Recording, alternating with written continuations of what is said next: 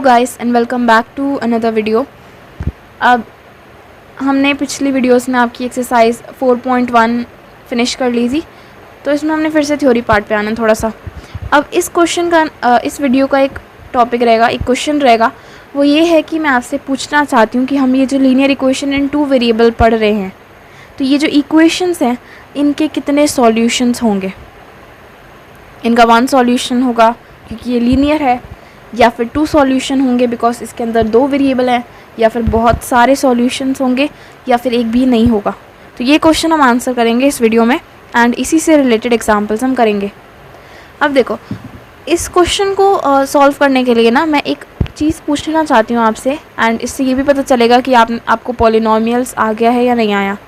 जब हमने पॉलिनोमियल करा था तो उसमें हमने देखा था कि जो लीनियर इक्वेशंस होती थी, है ना, 1 वेरिएबल ही था पॉलिनोमियल चैप्टर में, तो हमारा तो वो 1 वेरिएबल थी एंड लीनियर भी थी, तो उनका एक ही ज़ीरो हुआ करता था, एक ही सॉल्यूशन हुआ करता था।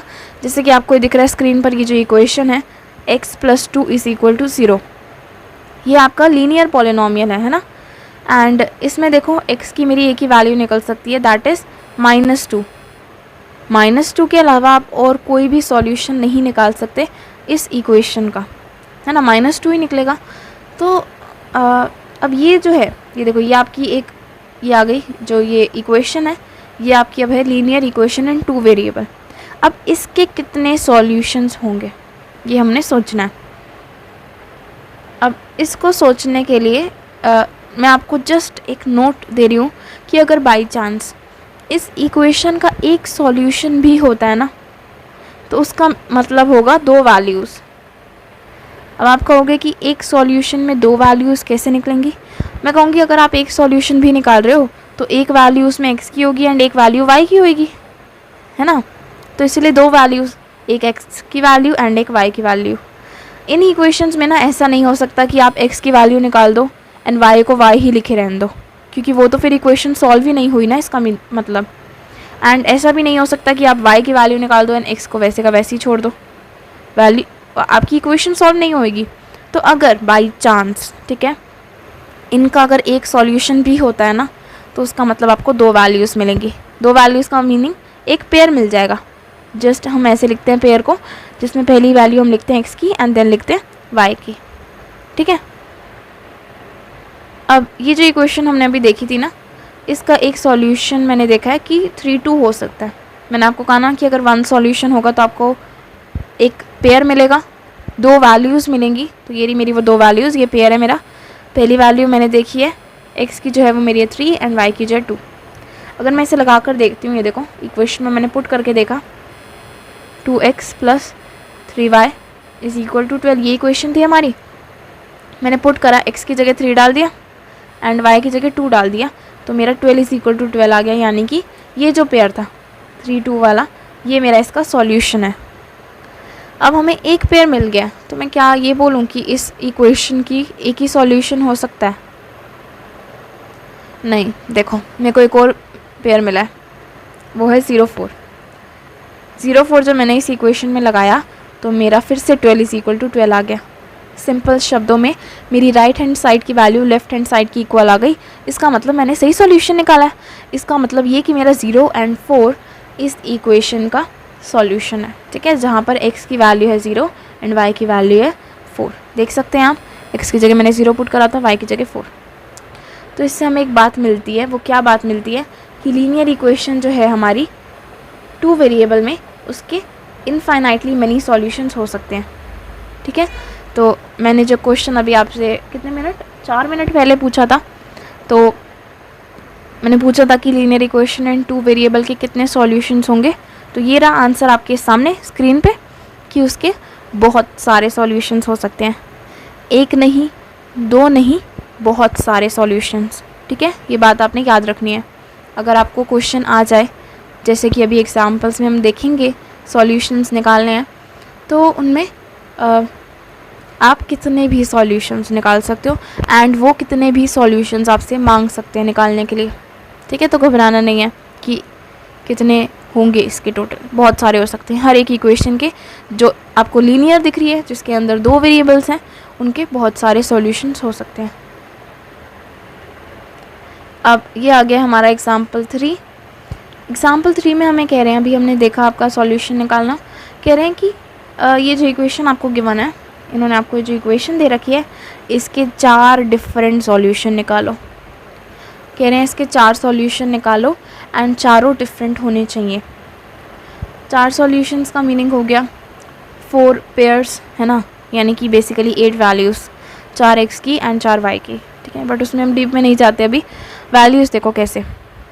अब हमने जैसे आपकी पिछले पॉलिनोमियल चैप्टर में हमने आपका जब फैक्टर थ्योरम करा था तो हमने देखा था कि x की वैल्यू निकालने के लिए ना हमें बार बार खुद अपने से दिमाग से सोचकर वैल्यू पुट करनी पड़ रही थी कि लेट x की वैल्यू पुट करके देखते हैं 2, x की वैल्यू पुट करके देखते हैं 5 या 0 या 1 या समथिंग, कुछ भी, एनीथिंग। तो हमने ऐसे करा था। तो इस चैप्टर में भी हमने ऐसे ही करना है। अगर आपको वैल्यू फाइंड करनी है तो आप x की वैल्यू लेट करो, वो इक्वेशन में पुट करो, y की आ जाएगी, पेयर आ जाएगा सॉल्यूशन आपका। नहीं तो x की नहीं पुट करना चाहते तो y की पुट करके देखो, x की वैल्यू आ जाएगी, पेयर आ जाएगा, ठीक है। अब ना देखो इसमें, जैसे हम इसमें पहले पुट करके देखते हैं x की वैल्यू 2 मैंने पुट करा सबसे पहले। अगर मुझे सॉल्यूशन फाइंड करना है, क्वेश्चन कहीं ना कहीं से तो स्टार्ट करना पड़ेगा ना, तो मैंने बोला फर्स्ट सॉल्यूशन फाइंड करने के लिए let put x is equal to 2।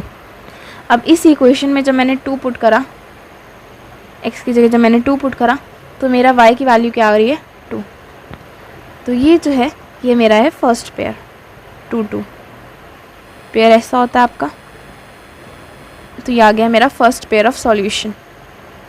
ऐसे हमें 3 और निकालने हैं, ठीक है। तो x को मैंने पहले 2 पुट करा फर्स्ट वाले में, तो मेरी y की वैल्यू आ गई, तो मैंने लिख दिया कि मेरा 2 2 इज़ फर्स्ट सॉल्यूशन।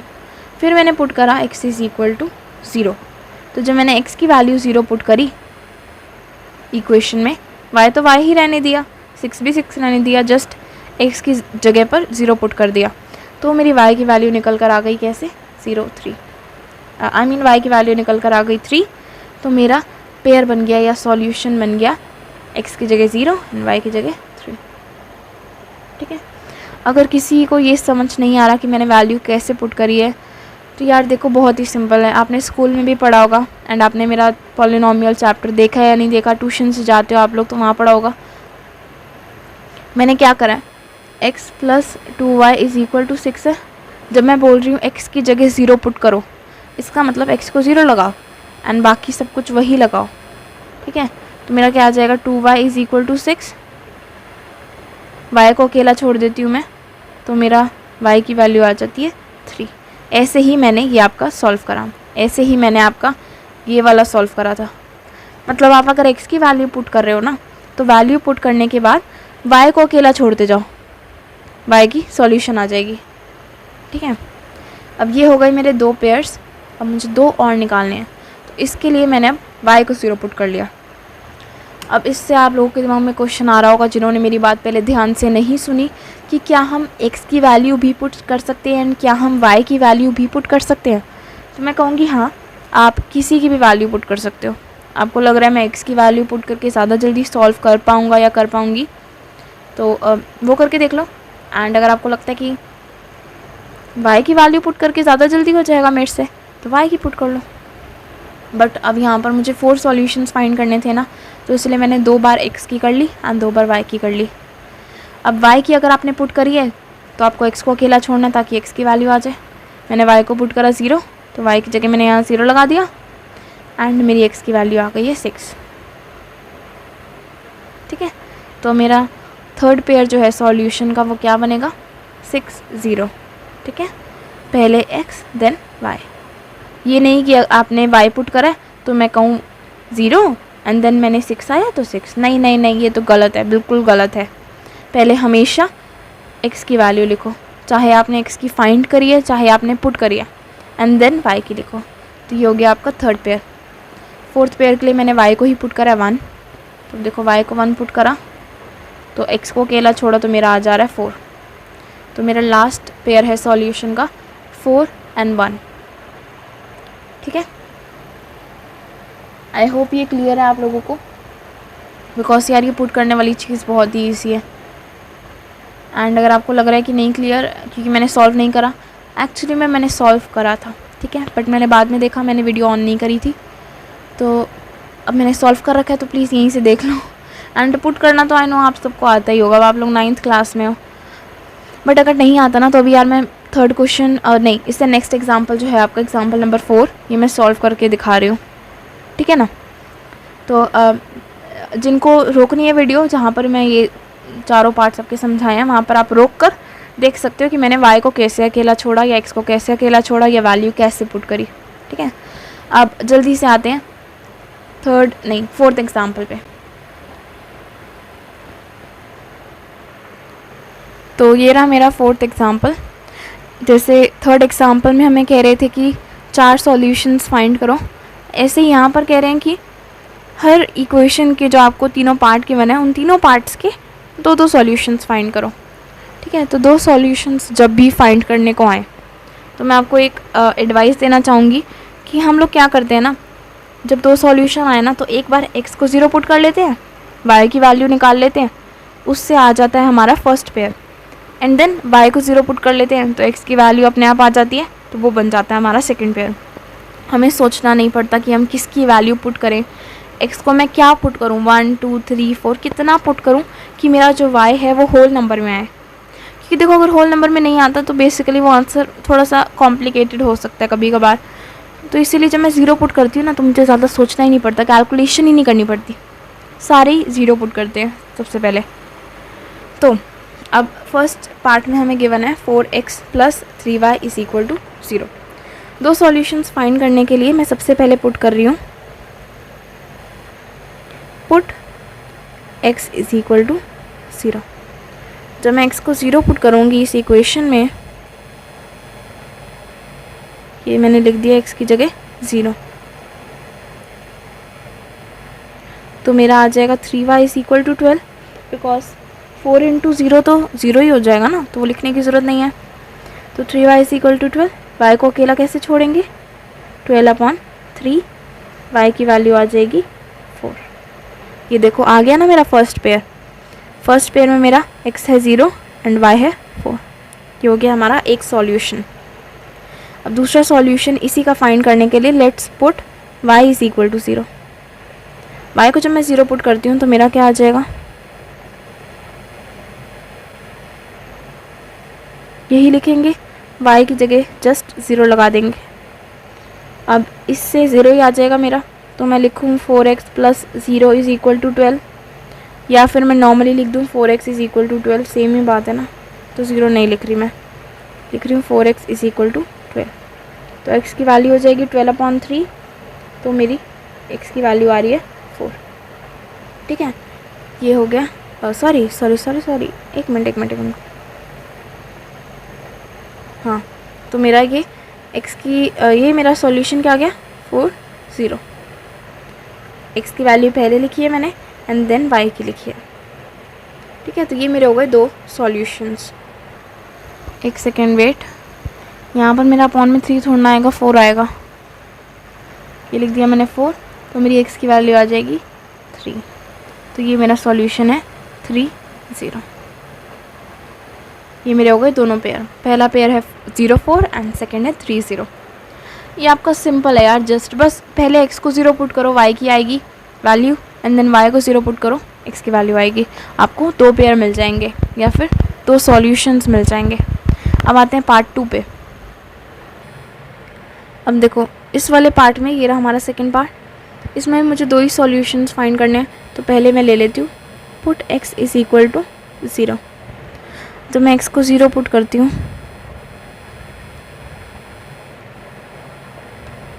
ये मैंने कर दिया x को 0 पुट, तो मेरा क्या बच जाता है 5y = 0, यानी कि y = 0। जब मैं x पुट कर रही हूँ तो मेरा y भी आ रहा है 0, तो एक पेयर तो ये हो गया, या एक सॉल्यूशन तो ये हो गया। अब दूसरी बार पे मैं y = 0 नहीं पुट कर सकती, क्योंकि मुझे साफ साफ दिख रहा है कि अगर मैं y = 0 पुट करूं तो मेरा x 0 आ जाएगा, तो इसका मतलब सेकेंड पेयर भी मेरा 0 0 हो जाएगा ना। एंड हमें सेम पेयर निकालने नहीं होते, हमें डिफरेंट सॉल्यूशंस निकालने हैं, तो मुझे कुछ और पुट करना पड़ेगा। क्या पुट करें, लेट्स पुट x = 1, ठीक है, y को नहीं पुट कर रही मैं, कुछ भी पुट कर सकते हैं, तो मैं दोबारा से x को पुट कर रही हूँ। Put x is equal to 1। अगर मैं x को 1 पुट करूँ तो मेरा ये हो जाएगा 2 + 5y is equal to 0। 5y is equal to 0/2, sorry -2। y is equal to -2/5। ये आ गई मेरी y की वैल्यू जब मैंने x पुट करा। तो मेरा सेकंड पेयर क्या हो गया, 1, -2/5। ठीक है। पेयर आपका ऐसे फ्रैक्शन में भी हो सकता है, किसी एक की वैल्यू फ्रैक्शन में हो सकती है। तो ये मेरे 2 पेयर्स हो गए, first pair and second pair. 2 pairs मैंने फाइंड करने थे। अब आते हैं थर्ड पार्ट पे। थर्ड पार्ट हमें गिवन है 3y + 4 इज इक्वल टू 0। ये रहा मेरा थर्ड पार्ट। अब इसमें हमें गिवन है 3y + 4 is equal to 0 and इसके 2 सॉल्यूशंस फाइंड करने हैं। तो अब देखो इसमें आप कई बच्चे सोच रहे होंगे कि हमारे पास मुझे x तो वेरिएबल दिख ही नहीं रहा, तो मैं 2 कैसे फाइंड करूं। तो मैं कहूँगी ये है तो लीनियर इक्वेशन इन 2 वेरिएबल ही, तो इसके 2 सॉल्यूशंस तो आप सिंपली फाइंड कर सकते हो। कैसे, देखो अगर मैं इसे स्टैंडर्ड फॉर्म में लिखूं तो ये होगी मेरी स्टैंडर्ड फॉर्म, है ना। मैंने x का कोफिशिएंट 0 लगा दिया है इस फॉर्म में। क्यों? क्योंकि अगर मैं 0 को x से मल्टीप्लाई करती हूँ तो मेरा 0 आंसर आता है, जो कि मुझे शो करने की ज़रूरत नहीं है। तो इसी हिसाब से मेरी यही इक्वेशन बन जाती है। इसीलिए मेरी जो स्टैंडर्ड फॉर्म है वो आपकी यही है। क्या?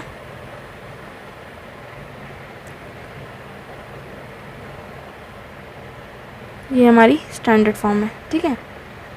अब देखो, अब ये फॉर्म है मेरी। अगर मैं इसमें x की कोई भी वैल्यू डालूँ, ठीक है, सपोज़ मैं x की जगह डाल देती हूँ 1। अगर मैं पुट करती हूँ x की जगह 1, तो 1 जो है वो 0 से मल्टीप्लाई हो जाएगा, तो 0 ही बन जाएगा, है ना। तो x की वैल्यू तो वैसे भी ख़त्म हो जाएगी। 2 डालूँ तब भी वो 0 बन जाएगा, 0 से मल्टीप्लाई होकर। तो कहने का मतलब ये है कि y की वैल्यू कुछ भी होएगी ना, तो मेरा जो x की वैल्यू कुछ भी होएगी ना, मेरा जो y है वो हमेशा आएगा -4/3। चाहे मैं x की वैल्यू 1 डालूँ, x की वैल्यू 2 डालूँ, जो भी डालूँ। देखो अगर मैं पुट करती हूँ put x is equal to 1, ये आपको शो करने की ज़रूरत नहीं है इस केस में, क्योंकि मैंने यहाँ पर दिखा दिया कि 0 ही है, तो कुछ भी निकाल सकते हो। तो 0 × 1 + 3y + 4 is equal to 0। 0 + 3y + 4 is equal to 0। 3y is equal to -4, y is equal to -4/3। तो अगर मैंने x को डाला 1 तो मेरी y की वैल्यू आ रही है -4/3। अगर मैं x को पुट करूँ 2,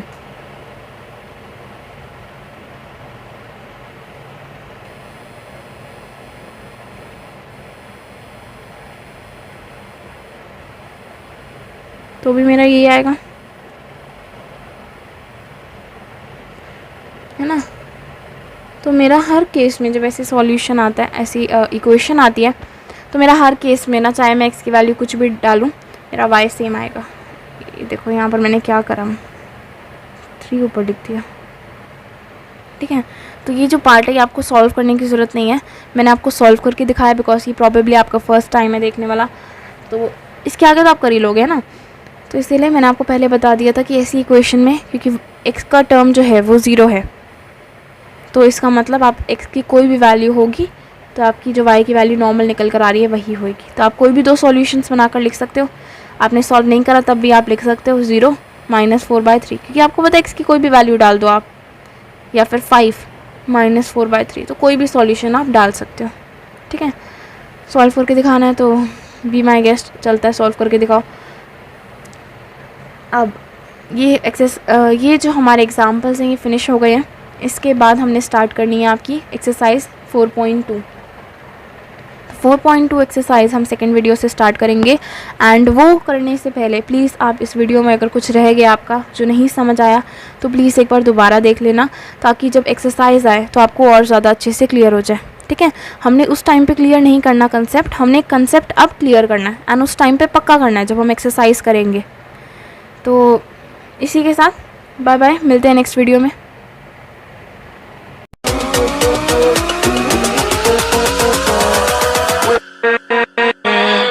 with